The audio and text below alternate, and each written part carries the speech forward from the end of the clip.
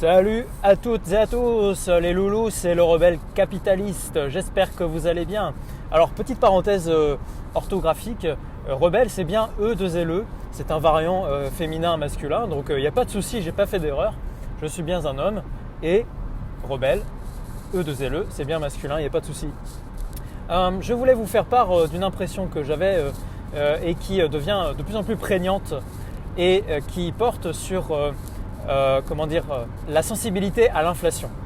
Je croise énormément d'acteurs économiques, des gens qui dirigent des entreprises, des établissements de plusieurs millions d'euros avec parfois plusieurs centaines de personnels et donc beaucoup de contrats évidemment sur l'énergie, etc.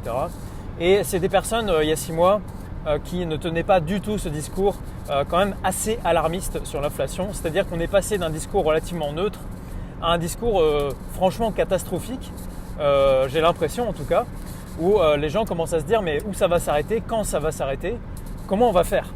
Voilà. Donc il y a des constats déjà depuis 2021 où il y avait des hausses de 8 à 10%.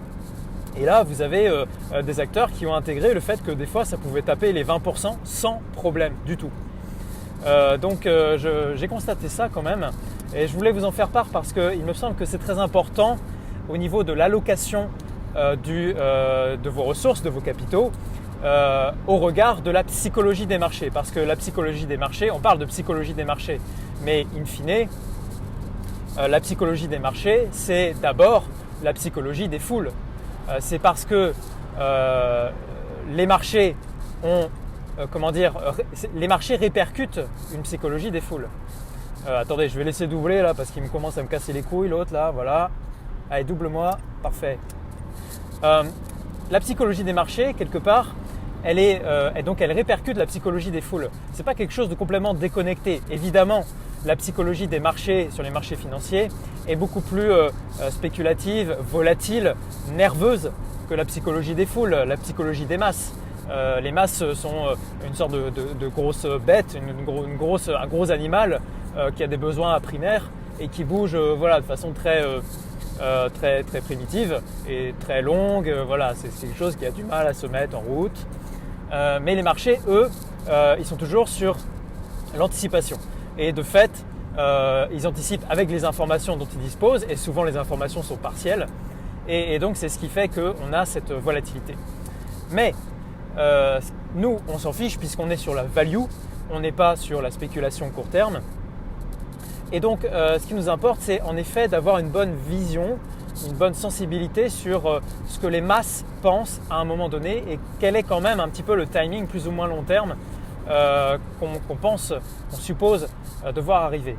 Et il me semble que quand même, c'est un point assez important, le fait que les personnes, de plus en plus, se disent que ça va faire mal au niveau de l'inflation. Et il n'y a que ça qui compte, c'est la douleur. Je suis désolé de le dire, mais pour que les gens changent, il faut qu'ils aient une douleur suffisante. Pour que les gens intègrent un problème, il faut qu'ils aient une douleur suffisante. Et que ce soit au niveau individuel ou au niveau collectif, c'est pareil. Et donc, cette douleur commence à arriver. La douleur de l'inflation commence à arriver.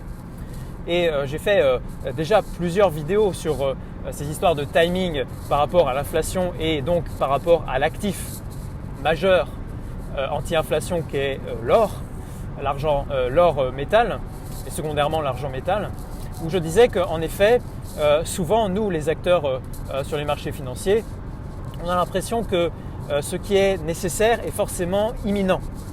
Et c'est un biais psychologique que nous avons et sur lequel nous devons avoir beaucoup de méfiance parce que ce n'est pas précisément parce que quelque chose est nécessaire et logique que c'est imminent.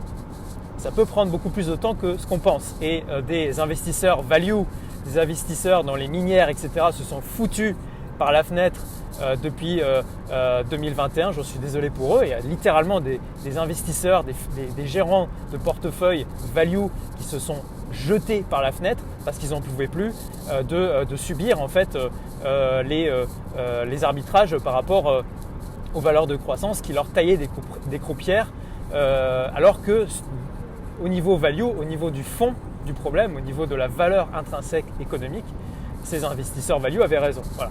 Donc ils n'ont pas tenu jusqu'au bout, jusqu'en 2022-2023.